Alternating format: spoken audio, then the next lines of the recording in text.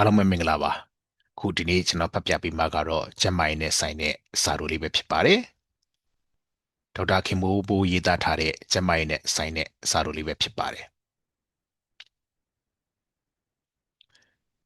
ဒီဝေဒနာတွေဖြစ်ရင်ဒါတွေကိုစားပါနံပါတ်1ခေါင်းကိုက်နေရင်ငပြောသီးစားပါသူ့မှာပါဝင်တဲ့မဂနီဆီယမ်ကသွေးကြောတွေကိုပြေလျော့အောင်ကူညီပေးနိုင်ပါတယ်နံပါတ်2ဝမ်းချုံနေရင်သင်္ဘောသီးသို့မဟုတ်ပန်းသီးစားပါသူ့မှာပါဝင်တဲ့များစွာသောအမြင်တွေကကျန်းမာစွာအစာချေဖြတ်ဖို့အထောက်အကူပေးပါတယ်နံပါတ်3အေးမိခြင်းသို့မဟုတ်တုပ်ကွေးဖြစ်နေရင်ကျက်ဆုပ်ပြုတ်ကိုတောက်ပါချွဲတွေပြုံဝင်ပြီးလဲချောင်းနာတာတတ်တာနိုင်ပါတယ်လိမ္မော်သီးစားပါဗီတာမင်စီကျွယ်ဝပြီးကိုယ်ခံအားစနစ်ကိုထောက်ပံ့ပေးနိုင်ပါတယ်နံပါတ်4လဲချောင်းနာနေရင်ပြားရည်ကိုတောက်ပါဘက်တီးရီးယားတွေကိုတိုက်ထုတ်နိုင်ပြီးနာကျင်တာကိုတတ်တာစေနိုင်ပါတယ်ချင်းဒါမှမဟုတ်လေညင်းပွင့်ဝါပါရောင်ရမ်းတာတွေလျော့ကျနိုင်ပါတယ်နံပါတ်5ပြုတ်အန်နေရင်ချင်းဖြော်ရည်တောက်ပါအစာချေစနစ်ကိုကျန်းမာစေနိုင်ပါတယ်နံပါတ်6ပင်ပန်းနေရင်အုပ်စပါးစားပါစွမ်းအင်ရှင်မြင့်နဲ့အာဟာရကိုမြင့်မြတ်စွာရနိုင်ပါတယ်ခုနှစ်အဖျားရှိနေရင်အုံရည်တောက်ပါရေဓာတ်ပြန်ဖြည့်ပေးပြီးဓာတ်စားညီညွတ်မှုကိုရရှိနိုင်ပါတယ်နံပါတ်8ဝမ်းပြက်ဝမ်းလျှောဖြစ်နေရင်ငပြောသီးစားပါပိုတက်ဆီယမ်ပြန်လည်ဖြည့်တင်းပြီးရေဓာတ်မချို့တဲ့အောင်ကာကွယ်ပေးနိုင်ပါတယ်ထမင်းဖြူနဲ့ဒိန်ကျင်စားပါဝမ်းမာပြီးဥကျန်းမာနိုင်ပါတယ်နံပါတ်9သွေးအားနည်းနေရင်ဟင်းနုနဲ့စားပါတန်တက်ပြေဝစွာပါဝင်တာကြောင့်သွေးအားဖြင့်ပြေနိုင်ပါတယ်နံပါတ်10ရောင်ရမ်းနေရင်နှနွင်းစားပါတဘာဝအတိုင်းရောင်ရင်းမှုလျော့နိုင်တဲ့ဂုဏ်သက်တည်ရှိပါတယ်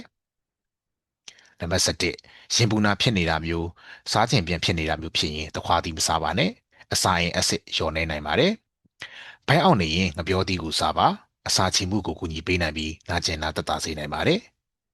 နံပါတ်7အဆက်နာနေရင်သို့မဟုတ်အဆက်ရောင်နေရင်နနသီးစားပါသူ့မှာပါဝင်တဲ့ဘရိုမီလိန်းကရောင်ရမ်းမှုကိုသက်သာစေနိုင်ပါတယ်လျော့ကျစေနိုင်ပါတယ်73ချောင်းဆိုးနေရင်ရှောက်ရည်တွေကိုပြာရည်ထဲတောက်ပါဘက်တီးရီးယားတွေကိုတိုက်ထုတ်နိုင်ပြီးလေချောင်းရရနာသက်သာစေနိုင်ပါတယ်ဗန်သစ်တော်သီးစားပါလေချောင်းအဆူတက်ကိုထိမ့်ပေးထားပြီးရရန်တာကိုသက်သာစေနိုင်ပါတယ်နံပါတ်14စွမ်းအင်လျော်နေနေရင်အညိုရင့်ရောင်ချောကလက်ကိုစားပါတွက်ကြွမှုနဲ့စိတ်ခံစားချက်ကောင်းမွန်နေနိုင်ပါတယ်15ခုခံအားနေနေရင်စက်သွန်ပြူစားပါခန္ဓာကိုယ်ရဲ့ခုခံမှုကိုအထောက်ပံ့ပေးနိုင်ပါတယ်16ကိုလက်စထရောများနေရင်ထောက်ပတ်သီးစားပေးပါကျန်းမာရေးကောင်းမွန်တဲ့အဆီရရှိပြီးမကောင်းတဲ့ကိုလက်စထရောတွေလျှော့ချဖို့ရာကူညီပေးနိုင်ပါတယ်နံပါတ်19စိတ်ဖိစီးမှုများနေရင်ဗာဒန်သီးစားပါအာယုံကြောစနစ်ကိုထောက်ပံ့ပေးတဲ့အာဟာရပေါများစွာပါဝင်ပါတယ်18ရေဓာတ်လျော်နေနေရင်ဖရဲသီးစားပေးပါ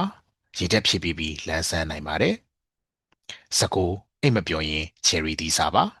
အိတ်ဆက်မှုကောင်းမွန်စေတဲ့မယ်လ်တိုနင်ဓာတ်ပါဝင်တာကြောင့်ဖြစ်ပါတယ်20ကြွတ်တက်နေရင်အုံရည်တောက်ပါတက်စားရီပြန်လဲဖြစ်တင်ပေးတဲ့နေရာမှာအကူအညီပေးပါတယ်ဟုတ်ကဲ့ခုကျွန်တော်ဖတ်ပြပေးသွားတာကတော့ကျမ်းမာရေးနဲ့သက်ဆိုင်တဲ့စာရိုးလေးတစ်ပုဒ်ပဲဖြစ်ပါတယ်မူရင်းရေးသားသူကတော့ဒေါက်တာခင်မိုးမိုးဖြစ်ပါတယ်အဆုံးထိနားထောင်ပေးသွားတဲ့လူအားလုံးကိုကျေးဇူးတင်ပါတယ်